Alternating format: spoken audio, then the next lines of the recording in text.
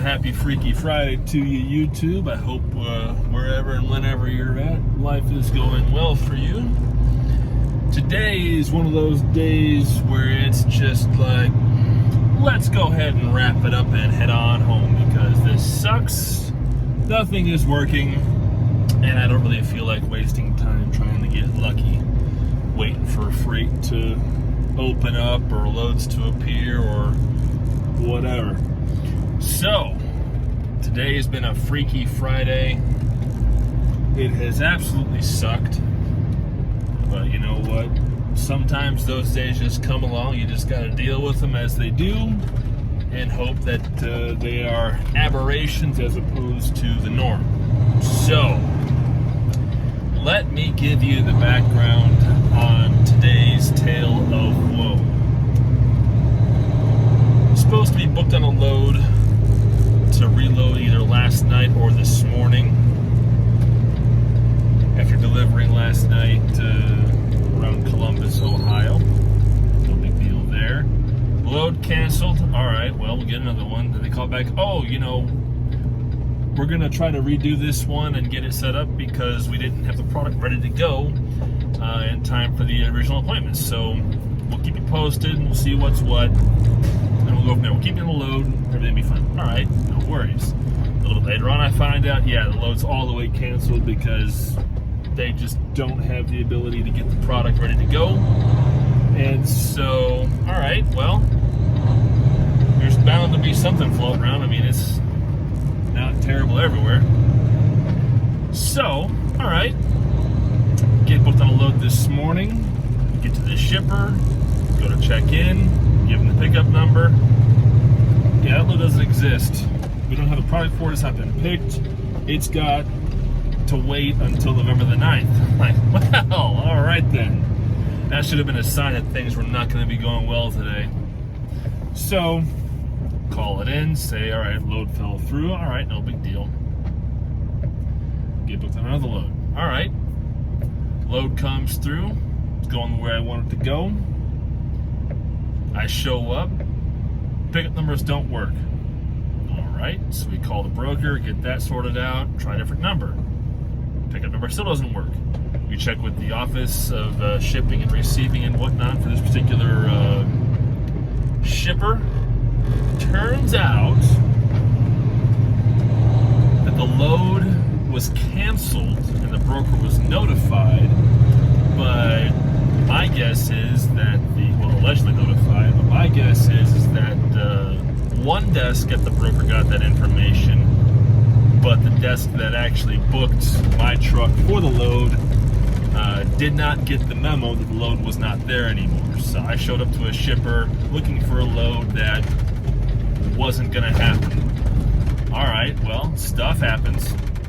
So after wasting an hour or so there trying to get that sorted out, I moved to a local truck stop. Thankfully, there's one just right around the corner to at least be out of the shipper's way so they can keep getting their trucks with loads that actually are valid, moving, getting guys in, getting them out, doing their thing, and just not be in the way, be polite.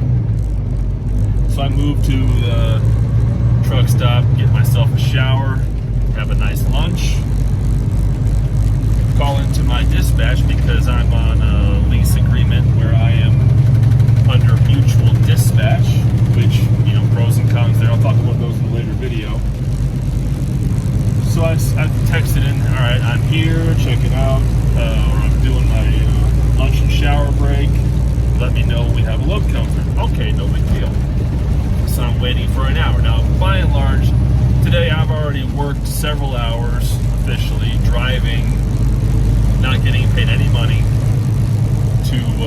for any of the mileage that I've driven because there was no revenue freight waiting for me at the end of my deadheading. But it is 2 p.m. Central Time on Friday. I had wanted to be home last night, Thursday, and since home is not that super far away, well, my thinking is that if I can't get a load, there is no point in sitting idle and waiting and praying to get lucky on a Friday, trying to go to Chicago when most likely most of those loads or any of those loads, either the value will be too low for the miles driven, or they're going to have some ridiculous delivery time or pickup time. And it's just like, no, I want to go home. So I'm going to go home. If something happens along the way where I can get some freight that's going my direction, great. So much the better. Awesome. I'll take it. We'll see what happens. But if nothing happens, you know what? I'm just going to eat the cost of deadheading home and have done with it. Because I was supposed to be home. That didn't work out, as things sometimes tend not to. It's just the nature of the business. But I don't feel like wasting the rest of the day hoping for something when I can be going home and at least be home. The week was already decent enough that I don't feel too bad about eating the cost of fuel and tolls to get home, even though the cost is going to suck because fuel prices are what they are. It is of greater value to me to just go home.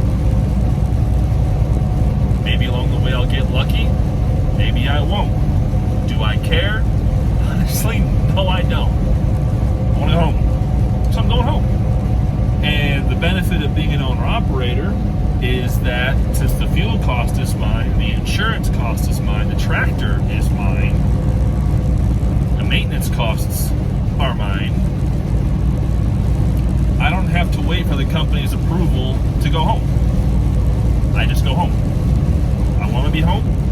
I find a way to get home.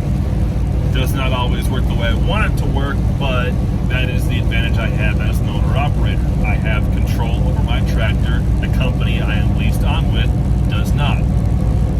That, to me, is a critical factor in keeping me sane, because I have heard plenty of horror stories about terrible dispatchers keeping drivers out on the road for days or weeks or months past the time they were supposed to go home, and as a result the driver, missed out on something, or problems happened they couldn't address, or whatever the case may have been. Like, I'll tell you this story. A gentleman who was part of a gaming community that I was part of for a while, he at one point drove for a mega carrier, and I may have told this story before in a previous video, but I'll tell it again. He drove for a mega carrier that specialized, like many of them do, in bringing on new drivers and getting them experience, and then trying to retain those drivers so they could have long careers with those mega carriers. But the dispatch this gentleman had wasn't super great. Now, I don't know if this guy who was dispatching this person I used to know just wasn't a very good person, or had been lied to by so many drivers and he believed nothing that he was told by anyone, or the person just did not care about the driver's needs. I really have no idea. What I do know, allegedly, this is the story that I was told, because this gentleman and I got into trucking about a year apart. He'd already been driving for, I think, 6 to 9 months before I started before I started working on my trucking career. We kept in touch a little bit after he started driving, and I started driving, just, chewing the fat, and just kind of trade experiences with the different carriers we drove for. I gave him some burner feedback. He gave me some feedback on the carriers that he drove for. As far as I know, he's still with the carrier he's with now, but I haven't talked to him in well over a year. But I'll never forget this story. This gentleman's brother very suddenly passed away. I have no idea of what, whether it was an accident or sickness. This is pre-pandemic. This is way before COVID was even a thing. This gentleman's brother passed away. Again, I don't know what the circumstances were. He didn't tell me. I didn't ask. I didn't want to be rude. And so the driver, my friend, calls in to dispatch, say, "Hey, I just had a death in my family. I need to go home." The dispatcher proceeded to keep this driver out for a month after he received the call from the driver that his brother had passed away. Now, I don't know if this story is true. I don't know if this guy was actually a pretty crappy driver and he was telling a tall tale to make himself feel better about being a crappy driver for the company. I don't know, because It's the internet. I don't know the guy personally, and so because I don't have that personal knowledge, there's no way for me to verify what he's telling me is true. All I can assume is that the story is true, and that the mega carrier dispatcher did not at all meet the driver's needs to get home for his family. And as a result, this driver missed his brother's funeral, and it was weeks before he got home. And when he finally did get home, according to the driver, as he was telling me the story much later on, several months had passed by the time I heard this story, he was so furious with the company he drove for that he had to be escorted off the trucking company's property by their security. I think even law enforcement had to get involved to prevent an incident from either happening or escalating. And he'd only been with this carrier for, 6 or 9 months at that time. It hadn't been a full year yet. And obviously he's no longer with them, and I won't say which mega carrier it was. All I will say is that it was not Werner, because I had a family situation while I was driving for Werner. I called into my dispatch. Now, the difference between this gentleman's dispatch and my dispatch at that time, when I was a company driver, is that I had a face-to-face relationship with my dispatch. I would see them routinely because it was drop and hook freight for Dollar Tree. And so I would see my dispatchers and the driver manager and the fleet manager and the account manager. I would be able to talk to them face-to-face pre-COVID.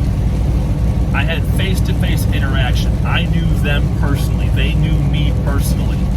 They knew what I brought to the table. I knew what they brought to the table. So there was understanding between us that really did work to my advantage, because every now and again when they needed certain things taken care of, they would call me because they believed I was able to take care of business, and usually I was.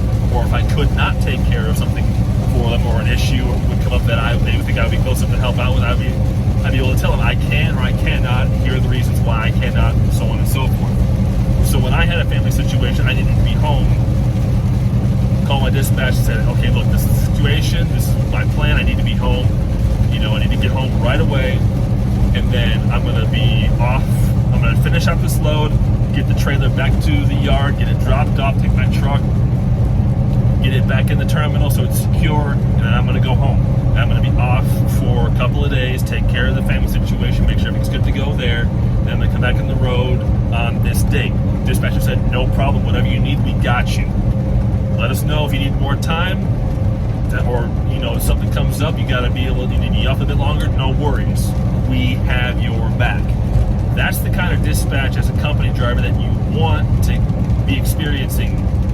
You want to have a dispatcher who has your back, is going to work with you, is going to find a way to make sure that if a family emergency does come up, you can get home, or will help you find a way to get home if they cannot route you home. So telling that story to come back around to this, that I've told my dispatcher just a little while ago, look, today's not happening the way we need it to happen for me to get home, but I need to get home. So I'm going to start heading west, and if something pops, it pops. We'll see what we can do about it. But if nothing breaks loose, well, then I'm just going to eat the cost and go home. So that's just kind of long and the short of it. And I'm sure a lot of you owner-operators out there may have had similar experiences where you just had to be home or wanted to be home and just did not care about the cost or the money left on the table or whatever the situation may have been. I'm in one of those situations. I just want to go home.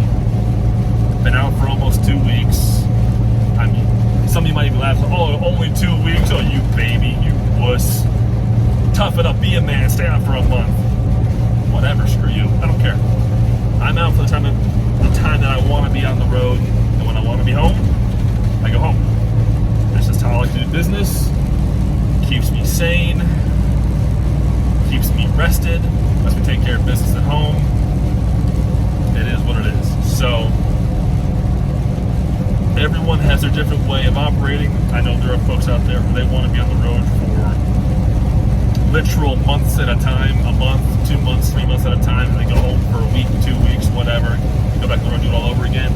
That's not how I operate. I like to be out for 10 to 14 days at the longest, go home for a couple of days, maybe 2-3 days off, try to be social, see some friends, take care of stuff at home, keep the bills paid, take care of banking stuff, get the truck in the shop if it needs it, keep on top of issues that could potentially take me off the road or keep me off the road for any period of time so I can stay ahead of the game on certain things. That's how I like to do business, and it's a model that has been working for me very well this entire year. Today is just one of those aberrations where everything is crap, nothing is working, and I'm just going to go home and say whatever. It's Freaky Friday. Halloween is in essentially a day and a half, and I want to be home for trick or treat. So, I hope your Friday is spooky, and I hope you have a lovely rest of your day wherever and whenever you're at. And with that being said,